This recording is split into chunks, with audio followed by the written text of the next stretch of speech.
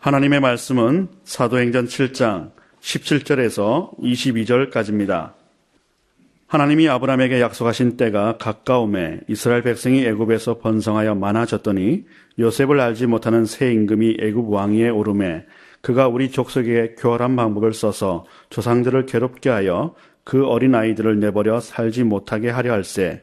그때 모세가 났는데 하나님 보시기에 아름다운지라 그의 아버지의 집에서 3달 동안 길리더니 버려진 후에 바로의 딸이 그를 데려다 자기 아들로 기르매 모세가 애굽 사람의 모든 지혜를 배워 그의 말과 하는 일들이 능하더라. 아멘. 옛 어른들의 말에 사람이 집착하면 눈과 귀를 잃는다는 말이 있습니다. 곱씹어 볼수록 의미심장한 말입니다. 집착한다고 하는 것은 어느 것 하나에 온 마음이 쏠려서 쉬지 않고 생각과 정신이 오직 거기에만 매달리는 것을 의미합니다. 그런데 왜 집착하면 눈과 귀를 잃겠습니까? 가령 제가 그 무엇인가 집착하고 있다고 생각을 해보십시다. 제 모든 생각이 그 집착에서 떠나지 않고 제가 집착하는 것에 대한 생각이 제 뇌리에서 사라지지 않습니다. 그 상태에서 제가 사람의 모임에 가서 사람들과 대화를 나눌 수는 있습니다. 하지만 그 대화는 건성의 대화일 뿐 상대의 말이 제 귀에 제대로 들어올 리가 없습니다. 길을 오가면서도 그 어떤 풍경도 제 눈에 제대로 들어올 수가 없습니다. 제 온 정신과 제 마음이 제가 집착하는 것에 온통 쏠려 있기 때문입니다. 그래서 사람이 집착하면 눈과 귀를 잃어버리게 됩니다.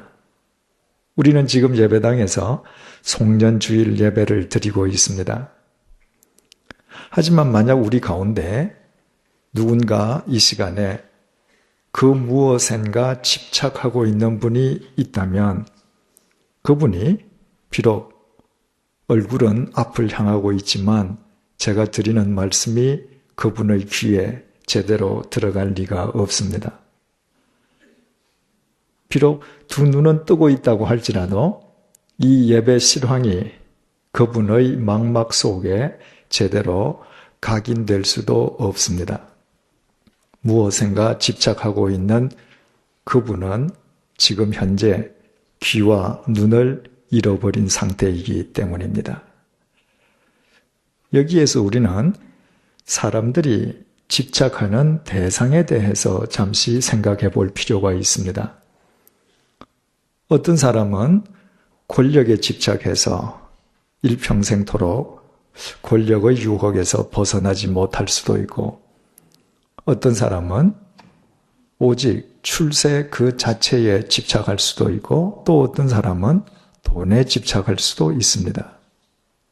이렇듯 언뜻 생각하면 인간이 집착하는 대상은 언제나 인간 외부에 있는 것처럼 여겨집니다. 하지만 그것은 사실이 아닙니다. 만약 누군가가 권력에 집착해서 일평생 권력의 늪에서 헤어져 나오지 못한다면 그것은 그 사람이 권력을 인생의 최상의 가치로 간주하는 자기 자신에게 집착하고 있음을 의미합니다. 만약 누군가가 출세에 집착하고 있다면 그 사람 역시 출세 그 자체를 절대시하는 자기 자신에 대해서 집착하고 있는 사람인 것입니다. 이처럼 집착의 대상은 결코 인간 외부에 있지 않습니다. 인간의 모든 집착의 대상은 언제나 인간 자신입니다. 따라서 사람이 집착하면 눈과 귀를 잃는다는 옛말의 참된 의미는 사람이 자기에게 빠지면 눈과 귀를 잃는다는 뜻이 될 것입니다. 그렇지 않겠습니까? 사람이 자기에게 빠진다는 것은 좁디 좁은 자기 우물 속에 갇혀버리는 것을 뜻할진데 이 좁은 우물 속에서 무엇을 제대로 볼 수 있으며 무엇을 제대로 들을 수 있겠습니까? 자기에게 빠져서야 눈과 귀를 잃을 도리밖에 없습니다. 중요한 사실은 인간이 무엇인가 집착해서 눈과 귀를 잃어버린다는 것은 단순히 눈과 귀의 상실로 끝나지 않는다는 것입니다. 보아야 할 것을 제대로 보지 못하고 들어야 할 것을 제대로 듣지 못하고서야 참된 인생을 꾸려갈 도리가 없기에 눈과 귀를 잃는 것은 인생을 송두리째 상실하는 것을 의미합니다. 하나님께서 에덴 동산의 아담과 하와에게 명령하셨습니다. 동산 속에 있는 모든 실과는 마음대로 먹어도 좋지만 동산 한가운데에 있는 선악과는 절대로 먹지 말아라. 만약에 선악과를 먹게 되면 반드시 죽을 것이라고 말씀하신 것이었습니다. 그런데 사탄이 하와를 유혹했습니다. 선악과를 먹으면 스스로 하나님처럼 될 것이라는 유혹이었습니다. 그 유혹에 빠진 하와가 선악과를 보았을 때 여태까지와는 전혀 다른 현상이 일어났습니다. 그 열매가 갑자기 먹음직도 하고 보암직도 하고 지혜롭게 하기에 족할 만큼 탐스럽게 보이는 것이었습니다. 한마디로 그 나무가 지극히 아름다워 보였습니다. 그 나무 열매의 본질은 먹으면 죽는다는 것, 곧 본질이 죽음이기에 제대로 된 눈을 지닌 사람에게는 그 실과는 절대로 아름답게 보일 수가 없었습니다. 하지만 하와에게는 그 나무 열매가 너무나도 아름답게 보였습니다. 사탄의 유혹으로 욕망에 사로잡혀 이미 자기에게 빠져버린 하와는 눈을 잃어버렸기 때문이었습니다. 그리고 하와는 남편과 함께 그 열매를 아예 먹어버립니다. 그 열매를 먹으면 반드시 죽는다는 귀마저 상실해버렸던 것입니다. 이처럼 죄란 인간이 자기에게 빠져서 지녀야 할 눈과 귀를 상실해버린 것입니다. 아담과 하와는 눈과 귀를 상실함으로 그들의 인생 전부를, 그들의 생명 자체를 상실해버리고 말았습니다. 그렇다면 우리는 믿음이란 잃어버린 눈과 귀를 회복하는 것임을 알게 됩니다. 그래서 신약 성경은 귀 있는 자는 들으라는 말이 무려 11번이나 되풀이되고 있습니다. 그런가 하면 이 땅에 오신 예수 그리스도께서는 보라는 말씀을 무려 37번씩 강조하셨습니다. 헬라어 동사 호라오에서 파생된 이 두는 문자 그대로 두 눈으로 보라는 의미입니다.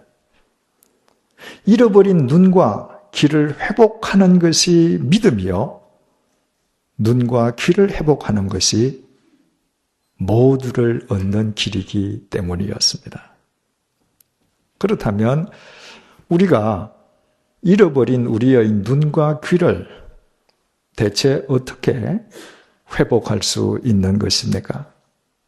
인간이 자기 집착, 즉 자기에게 빠짐으로 눈과 귀를 잃어버렸다면 인간이 자기 집착에서 벗어남으로, 다시 말해서 자기에게 빠지게 하는 자기를 버림으로 인간은 잃어버린 눈과 귀를 회복할 수 있습니다. 이것을 바꾸어 설명하면 바른 눈과 귀를 지닌 자는 자기에게 스스로 빠지는 어리석음을 범치 않습니다. 보아야 할 것을 보고 들어야 할 것을 듣는 바른 눈과 귀를 지닌 자는 자기에게 빠지는 자기를 이미 버린 자요. 자기 집착에서 이미 벗어난 사람이기 때문입니다. 우리가 7주째 살펴보고 있는 스데반의 설교에서 오늘 얻을 수 있는 메시지가 바로 이것입니다. 이집트의 총리가 된 요셉의 초청으로 아브라함의 후손들은 이집트로 이주하게 되었습니다. 요셉이 죽고 난 뒤에 세월의 경과와 더불어서 아브라함의 후손은 이집트에서 큰 민족을 이루게 됩니다.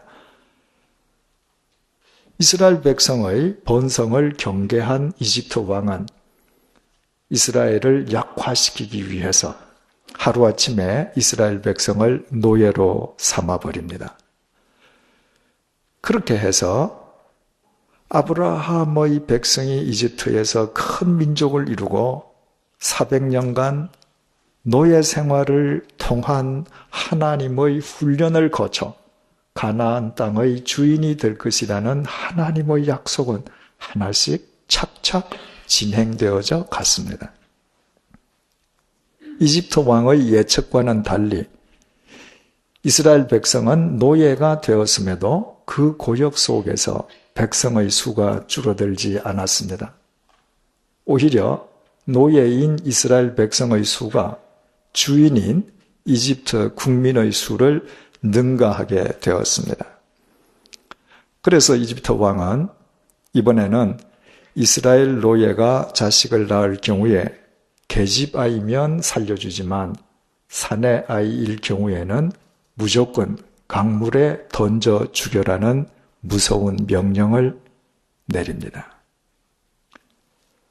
노예살인만도 죽음과 같은 고통과 절망일진데 그 위에 더하여 태어난 자기 자식마저 죽여야 한다면 그 고통과 절망을 어떻게 설명할 수 있겠습니까? 바로 그 절망적인 상황 속에서 지난주일 우리가 살펴보았던 것처럼 본문 20절은 이렇게 시작되었습니다. 그때에 모세가 났는데, 바로 그때 모세가 태어났다는 것입니다. 이 이후에 모세는 400년에 걸친 노예살이의 사슬을 끊고 이스라엘 백성들을 이집트에서 해방시킨 출애굽의 대지도자가 되었습니다. 따라서 우리는 지난 시간에 그때에 모세가 났는데 라는 이 구절의 깊은 의미를 함께 생각해 보았습니다. 이스라엘 백성들이 가장 절망스러워할 수밖에 없었던 그때는 실은 출애굽의 여명이 밝아오기 시작하는 새 역사가 시작하는 순간이었다는 것입니다. 이스라엘 백성들에게 고통과 절망이 가중되었던 것은 하나님께서 그들을 떠나셨거나 버리셨기 때문이 아니라 새 역사의 여명이 동터오는 하나님의 구원이 구체적으로 시작되었다는 역사적인 신호탄이었습니다. 따라서 영혼의 관점에서 볼 때 그 순간은 절망할 때가 아니요, 오히려 밝아오는 새 역사의 여명을 향한 소망을 노래할 때였습니다. 그렇다면 여기에서 우리의 관심은 그렇게 태어난 모세가 어떤 과정을 거쳐서 출애굽의 대지도자로 쓰임 받았느냐 하는 데에 집중되게 됩니다. 20절을 다시 보시겠습니다. 그때에 모세가 낳는데 하나님 보시기에 아름다운지라 그의 아버지 집에서 3달 동안 길리더니 태어난 아이는 하나님 보시기에 아름다웠습니다. 그 아름다운 아이는 아이의 아버지 집에서 3달 동안 길러졌습니다. 그러나 이것이 일반적으로 부모가 자식을 양육한다는 의미에서 쓰여진 표현은 아니었습니다. 아이의 부모는 3달 동안 아이를 남모르게 숨겨서 키워야만 했습니다. 사내 아이면 무조건 죽여야 한다는 파라오의 무시무시한 명령으로 인함이었습니다. 사랑하는 자식이 태어났는데도 그 자식을 공개적으로 사랑할 수 없어서 숨겨서 그 자식을 길러야 한다면 그 부모의 심정이 오죽했겠습니까? 그 이후에 그 아이가 어떻게 되었는지 본문 21절이 이렇게 시작됩니다. 버려진 후에 그 아이는 3달 만에 버려졌습니다. 버려졌다는 것은 수동태입니다. 누구에 의해서 버려졌다는 것입니까? 그 아이의 부모에 의해서 버려졌습니다. 아이의 부모가 자기 아이를 버린 것이었습니다. 출애굽기 2장 3절은 더 이상 부모가 아이를 숨길 수 없었기 때문이라고 밝혀주고 있습니다. 사내 아이면 무조건 죽여야 한다는 왕명을 어기고서 그 아이를 석 달이나 숨겨서 키운다는 것 그 자체만으로도 대단한 일이었습니다. 그러나 그 이상은 현실적으로 어려웠습니다. 그렇다고 해서 아이의 부모가 무책임하게 아이를 방기하듯 내버린 것은 아니었습니다. 출애굽기 2장 2절 하반절에서 4절이 이렇게 증언하고 있습니다. 3달 동안 그를 숨겼으나 더 숨길 수 없게 되매 그를 위하여 갈대 상자를 가져다가 역청과 나무 진을 칠하고 아기를 거기 담아 나일강 갈대 사이에 두고 그의 누이가 어떻게 되는지를 알려고 멀리 섰더니 아이의 부모는 아이를 위해서 갈대 상자를 엮었습니다. 그리고 물이 새지 않도록 상자 속을 역청과 나무 진으로 칠했습니다. 요즘 용어로 표현하면 아이를 위해서 방수용 구명 상자를 만들었던 것입니다. 그 상자 속에 아이를 누이고 덮개를 덮은 뒤에 아이의 부모는 그 상자를 나일강 갈대 사이에 내려놓았습니다. 그리고 아이의 누이, 다시 말해서 자신들의 큰딸로 하여금 어떻게 되는지를 멀리서 지켜보게 했습니다.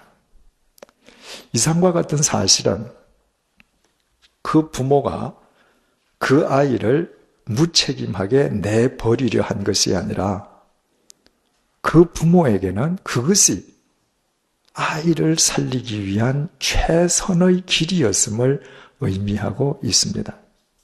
이를테면 더 이상 부모인 우리는 이 아이를 지킬 수 없지만 그러나 하나님께서는 그 아이를 책임져 주실 것을 믿었음을 의미합니다.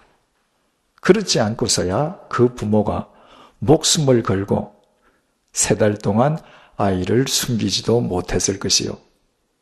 구명용 상자 속에 아이를 넣고 나일강 갈대 사이에 두고서 딸로 하여금 그 결과가 어떻게 되는지를 확인하려 하지도 않았을 것입니다.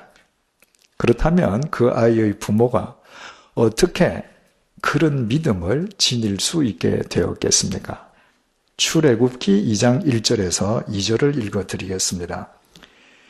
레위 가족 중 한 사람이 레위 여자에게 장가들어 그 여자가 임신하여 아들을 낳으니 그가 잘 생긴 것을 보고 3달 동안 그를 숨겼으나 아이의 부모가 왕명을 거역하고 목숨을 걸고서 그 아이를 3달 동안 숨겨서 키웠던 것은 그 아이가 잘 생겼기 때문이라는 것입니다.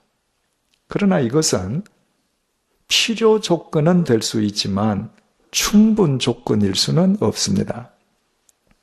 세상 어느 부모에겐들 자기 자식이 잘 생겨 보이지 않겠습니까? 모든 부모에게는 자기 자식이 세상에서 제일 예뻐 보이는 법입니다. 그런데도 유독 이 아이의 부모만은 다른 부모와는 달리 목숨을 걸고 왕명을 어긴 채 그 아이를 3달 동안 숨겨서 키웠습니다. 그렇다면 우리는 그 아이가 잘 생겼기 때문이라는 출애굽기 2장 2절 말씀의 더 깊은 의미를 포착하게 됩니다. 본문 20절을 다시 보시겠습니다. 그때에 모세가 낳는데 하나님 보시기에 아름다운지라. 본문 20절은 그 아이가 하나님 보시기에 아름다운 아이였음을 강조하고 있습니다. 지금 방금 핏덩이가 태어났는데 그 아이가 하나님 보시기에 아름다웠다면 그것은 무엇을 의미하겠습니까? 바로 그 아이야말로 하나님께서 당신의 도구로 이미 선택하신 아이였음을 의미합니다.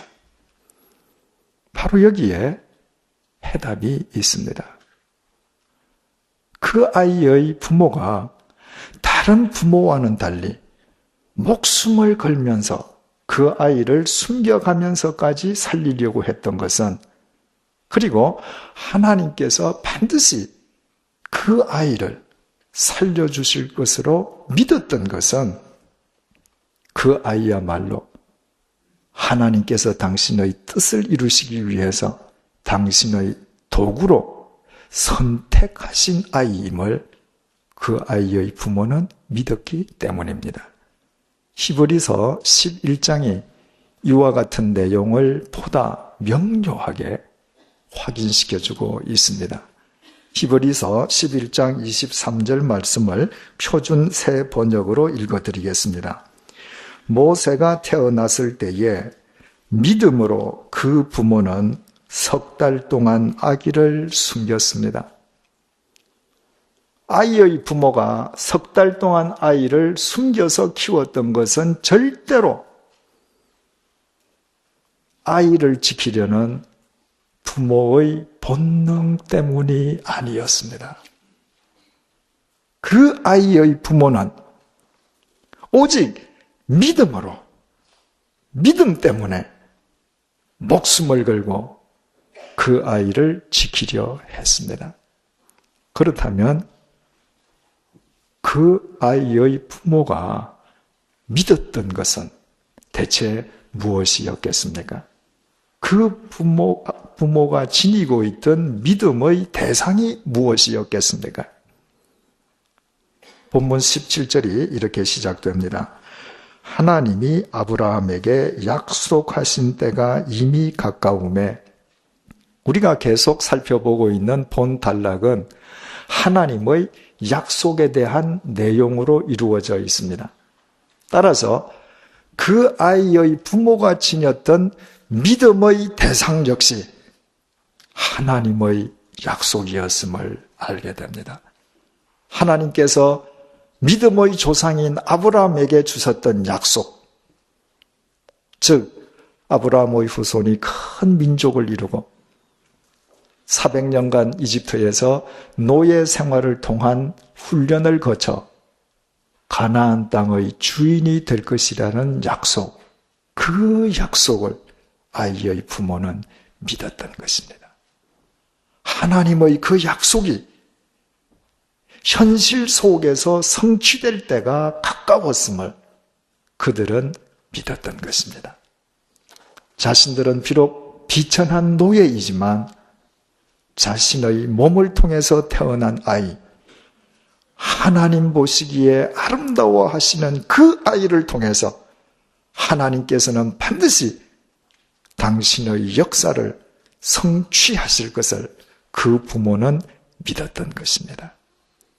그러므로 지금 태어난 그 아이는 그 부모에게는 아이이기 이전에 그들이 믿고 있는 하나님의 약속 그 자체였습니다. 이처럼 그 아이의 부모는 가장 절망스러워해야 할 상황 속에서도 하나님의 약속을 보고 듣는 눈과 귀를 지닌 사람들이었습니다. 이 사실을 깨닫는다면 그 부모가 아이를 버렸다는 본문의 증언에 대해서 우리는 더 깊은 깨달음을 얻게 됩니다. 그 부모가 버린 것은 아이가 아니었습니다. 그 부모가 버렸던 것은 아이에 대한 자기 집착이었습니다. 그 부모들은 아이가 태어났을 때 무서운 이집트 왕의 명령에 굴복해서 처음부터 아이를 나일강에 던져 죽여버릴 수도 있었습니다. 아니면 석 달이 아니라 나중에 발각이 될지언정 죽어도 내 품에서 끝까지 키우겠다고 계속 숨겨둘 수도 있습니다. 그러나 그 아이의 부모는 그 아이에 관한 한 자기 자신에게 빠지려는 자기 자신을 버린 사람들이었습니다. 자기 집착을 버리는 대신에 그 부모는 아이를 온전히 하나님의 손에 의탁했습니다. 그 결과 다음 시간에 살펴보겠습니다마는 그 아이는 이집트 공주에 의해 건져져서 이 다음 출애굽의 지도자가 되기에 필요한 제왕 교육을 무려 40년 동안 이집트 왕궁에서 받을 수 있었습니다. 그래서 그 아이의 이름이 물에서 건져 올렸다는 의미에서 모세가 되었습니다.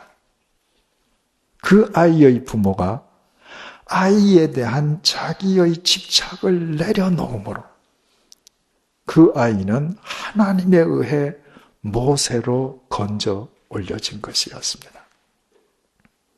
만약에 그 부모가 아이에 대한 자기 집착을 버리지 않았던들 그 아이는 3500년 전에 이스라엘 노예의 자식으로 태어나서 노예로 죽고 말았을 것입니다. 그러나 그 부모가 자식에 대한 자기 집착을 버림으로 그 아이는 하나님에 의해 이스라엘 역사를 건져 올리는 모세가 되었습니다. 결과적으로 그 아이의 부모는 하나님의 약속을 듣고 보는 믿음의 눈과 귀를 지님으로 자신들의 인생만을 못에 건져 올린 것이 아니었습니다. 사랑하는 아들의 인생을 못에 건져 올렸고 그 아들을 통해서 이스라엘의 역사를 못에 건져 올렸습니다. 우리가 자기에게 빠지려는 자기를 버림으로 하나님에 대한 바른 믿음의 눈과 귀를 견지하고 믿음의 눈과 귀를 지님으로 언제나 자기 집착에서 벗어나는 것은 이래서 중요합니다. 오늘은 2006년 마지막 날인 동시에 마지막 주일입니다. 지금부터 365일 전인 2006년 1월 1일도 오늘과 같은 주일이었습니다. 우리는 그날 너희 몸을 하나님께서 기뻐하시는 거룩한 산 제물로 드리라는 로마서 12장 1절 말씀에 기인해서 몸을 산 제물로 라는 표어를 안고 올해를 시작했습니다. 우리의 몸을 하나님께 산 제물로 드린다는 것은 우리 자신에 대한 자기 집착을 버리는 것을 의미합니다. 나를 구원할 수 없는 나 자신에게 빠져들게 되는 나를 버리는 것입니다. 우리의 몸을 하나님께 산 제물로 드린다고 하는 것은 머지않아 흙 속에서 형체도 없이 썩어 문드러질 우리의 사지백체를 예수 그리스도 안에서 진리의 도구로 의의 병기로 승화시키는 것을 의미합니다. 그것은 언젠가 공동묘지에서 한 줌의 흙으로 끝날 수밖에 없는 우리의 영원한 유한한 생명을 예수 그리스도 안에서 하나님의 영원한 생명과 맞바꾸는 것을 의미합니다. 그러므로 인간에게 자기 몸을 하나님께 산 제물로 드리는 것보다 더 자신을 위하는 삶은 없습니다. 그것은 죄와 사망의 노예로 끝날 수밖에 없는 우리의 인생을 예수 그리스도 안에서 하나님의 자녀로 모세, 건져 올리는 것이기 때문입니다. 따라서 몸을 산 제물로라는 표어는 비단 2006년도만을 위한 표어가 아니라 우리 일평생 우리 삶의 지표로 삼아야 할 표임에 틀림없습니다. 이제 우리 지난 1년을 한번 되돌아보십시다. 우리 각자는 지난 1년 동안 얼마나 우리 자신을, 우리 사지백체를 하나님께 산 제물로 드렸습니까? 만약 우리가 지난 1년 동안 그와 같은 삶에 실패했다면 그것은 지난 1년 동안 우리 각자가 우리 자신에게 집착하느라 1년이란 기나긴 세월을 의미 없이 버려버렸음을 뜻합니다. 그리고 그것은 우리가 우리 자신에게 집착하느라 눈과 귀를 잃어버리고 살았음을 뜻합니다. 그것이 2006년 우리 모두의 실체라면 2006년 마지막 날인 이날 우리에게 남아있는 것이라곤 쓰디쓴 후회 외에 무엇이 있을 수 있겠습니까? 2006년 1월 1일을 시작한 것이 바로 엊그제인 것 같은데 오늘 벌써 마지막 날을 맞았듯이 우리의 일생 또한 순식간에 사라지고 언젠가 우리 각자 우리 개개인의 마지막 날을 맞게 될 것입니다. 그때 오늘처럼 후회하지 않으려면 우리는 결코 나를 구원할 수 없는 자기에게 빠지게 하는 자기를 버리고 자기 집착을 버리고 예수 그리스도 안에서 하나님을 향한 믿음의 눈과 귀를 회복해야 합니다. 혹 지난 1년 동안 건강이든 물질이든 직장이든 소중한 것을 잃은 분이 계십니까? 우리에게 아무리 소중한 것이라 해도 우리에게 속해 있는 것은 언젠가는 반드시 우리를 떠나간다는 것이 인생입니다. 그렇다면 지난 1년 동안 우리가 잃어버린 것을 아쉬워할 것이 아니라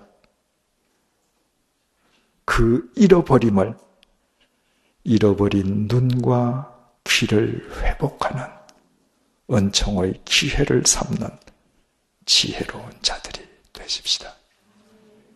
믿음의 눈과 귀를 지님으로 우리의 몸을 거룩한 산제물로 하나님께 드리십시다. 그것은 나 자신만을 모세로 건져 올리는 것이 아니라 내 주위 사람과 우리 시대의 역사를 모세에 건져 올리는 것입니다. 바로 이것이 송년주의를 맞이한 우리에게 하나님께서 주시는 교훈입니다. 기도하시겠습니다. 주님, 벌써 2006년의 마지막 날을 맞았습니다. 올 1년 동안에도 내 자신에게 빠져 내 자신의 우물에 갇혀 사느라 나의 귀한 눈과 귀를 잃고 살았습니다. 그래서 1년 365일이라는 긴 시간마저 의미 없이 상실해버리고 말았습니다. 그럼에도 주님께서는 변함없이 우리를 사랑해 주시고 또 품어주시어 다시 한 해를 내다보는 은혜를 우리에게 베풀어 주심을 진심으로 감사드립니다. 이제 우리 모두 주님 안에서 우리 자신을 결코 구원할 수 없는 우리 자신에 대한 집착을 버리게 도와주옵소서. 우리 자신에게 빠지게 하는 우리 자신을 진리의 힘으로 버릴 수 있도록 은혜를 베풀어 주옵소서. 예수 그리스도 안에서 하나님을 보고 듣는 눈과 귀를 회복하게 은혜 베풀어 주옵소서.